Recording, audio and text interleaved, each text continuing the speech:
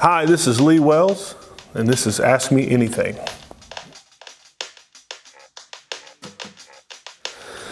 How many carbs in the keto cookie does mom make or do you purchase? In the cookie, it is about 3.5 carbs. Some of that's because we put a little bit of Ready Whip on top of that, but about 3.5 carbs per cookie, and we do make those in-house. We make everything in-house except for our breads. We're not set up to rise bread in our kitchen, so all of our breads are, like our buns, are direct ordered in, special ordered in for us. Everything else is made, all the desserts are made in-house. How many net carbs in the keto bun? Okay, are they made in-house? Okay, that's a good follow-up. They are not made in-house. They are directly special ordered in for us. 2 net carbs for that bun. It's a fantastic bun. It's got 30, I believe it's 32 calories per bun, 1 Weight Watcher point. It's fantastic what they're able to do, and it still tastes like a bun. When will you be serving wine? Another great question. Right now, we have no plans to serve any alcohol, and here's why. There's a lot of reasons why, but here's the main reason why. Our facility is limited in seats. It's limited in size, and from my research, when you're adding alcohol to, and especially wine, to the menu, you're adding time to the table. And so we love you, we want you there, we want you to enjoy your meal, but we want you to move on too when you're finished with your meal so someone else can have your table. And many times, especially when we're really busy, the lines there, it's people are kind of waiting for people to get up and move so they can have the table. And I think that alcohol of any sort would prolong that table time. And so that's the official reason. Do you have live bands that play in your restaurant? We tried something this past summer. We did live music, and it went really well. Some nights were really, really great. Some nights were just like anything. We do have plans to bring some artists back this coming summer out on the deck there. It'll depend on how busy we stay on Thursday nights, and we'll just kind of play that by ear. But we do have plans to bring back some music. Would you ever use ground chicken to make a burger patty? We do it right now, absolutely. One of our, I guess our second best-selling items on the menu, other than the burger, is our chicken burger. And so it is lean ground, pasture-raised chicken, pure chicken. No hormones, no antibiotics, none of that.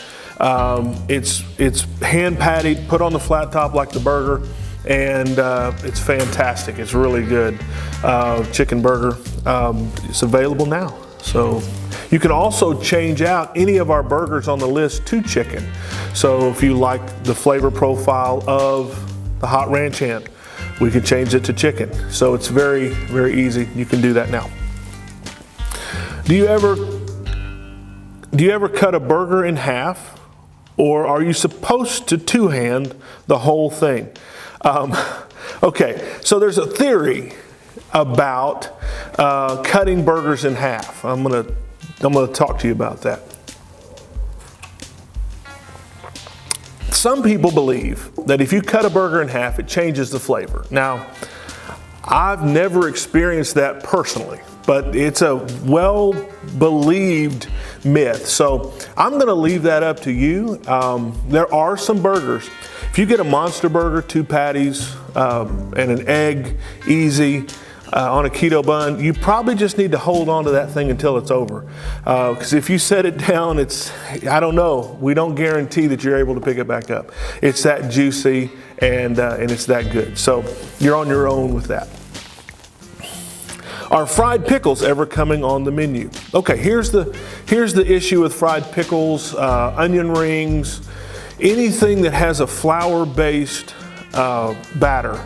It would right now contaminate our gluten-free fryer and the oil in the gluten-free fryer. So at this point, with the Vinahood size that we have, we're limited to the 2-basket single fryer.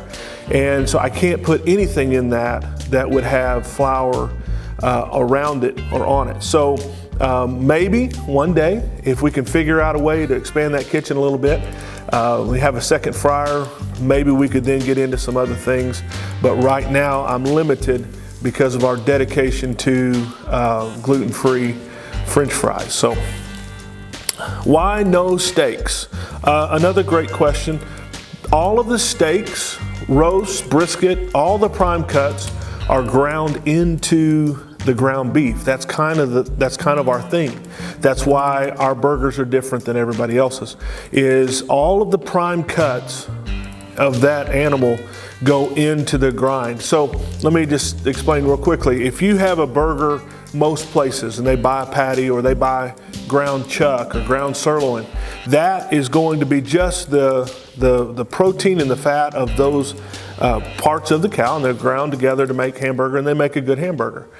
Ours, on the other hand, have the marbling, the fat of the ribeye, of the prime rib, of all of those finer fats, those better flavored, more tender cuts that are coming together to make a better flavor for the ground beef and for the burger. So no steaks. I'm sorry, but we picked our lane, and we're in our lane right here with whole ground beef. What came first, the egg or the chicken? Okay. Some may not know that I'm a pastor and that I believe the Bible. I am a firm believer that the chicken came first because God didn't make eggs, He made animals. That's the best I can do for you. I wasn't there. What do you season the fries with? They're seasoned with our house seasoning and salt. So we use 100% pure sea salt, and then we use our house blend seasoning. We do those in separate shakers so that people can choose to have salt only, and we have some customers that come in that can't have salt, and so we can leave the salt off of their fries just depending on what they'd like to do. It gives us the flexibility. We take those fries straight out of the fryer oil, which is 100% sunflower oil, and we put those in a bowl, toss them with the seasoning and the salt, and then we put them into the cups to go out. How many toppings do you offer for your burgers? Well, we have all the standard toppings: lettuce, tomato, pickle, onion. We have all the standard sauces: mayonnaise, mustard, ketchup. We also have some other toppings that are also complimentary. We have grilled onions, we have sauerkraut, we have grilled mushrooms, grilled hatch chilies. So we have quite a few things. We also have house-made sauces: spicy ketchup, house ranch. The list goes on and on and on. I have a brown mustard. I have just a bunch of stuff. I don't know the number of toppings, but it would probably create hundreds of thousands of combinations if we were to go through and do all of the different combinations. We also have 6 cheeses. So American cheddar, pepper jack, Swiss, spicy pimento, and blue cheese. So we have lots and lots of toppings. What's the real difference in quality between grass-fed and grain-fed beef, and what's the difference in cost to raise each? Okay, the major difference in grass-fed beef and grain-fed beef, and again, I'm not a professor of agriculture at Texas A&M, but from my experience, my research, grass-fed beef is metabolized faster and easier, smoother than grain-fed animals. Let's just leave out the GMO grains and the chemicals that are used in producing grains for a minute. Just the molecular structure and the fatty acids and the aminos and all of that of grass-fed beef, you can see the difference. If you Google grass-fed versus grain-fed fat, you'll see a color difference in the fats. You'll see that there's more beta carotenes in the fats of a grass-fed carcass or fat, and you'll see the color is darker in that. And then your grain-feds are almost pure white on the fats. And so there's just a difference in the way that the animals produce those things, and therefore the way that we then take them in and digest them. So the cost to raise the difference in cost, I would say probably it costs more to raise grass-fed beef because it takes longer to get them to the weight that you can butcher. So it takes longer and time is expensive. So where a lot of times you can butcher a grain-fed cow out at 14 to 18 months, somewhere in there, it takes 24 to 30, sometimes 36 months to take a cow that's grass-fed to get to that same weight, which is why there's so much grain-fed beef available, because it does marble and put on weight a lot faster.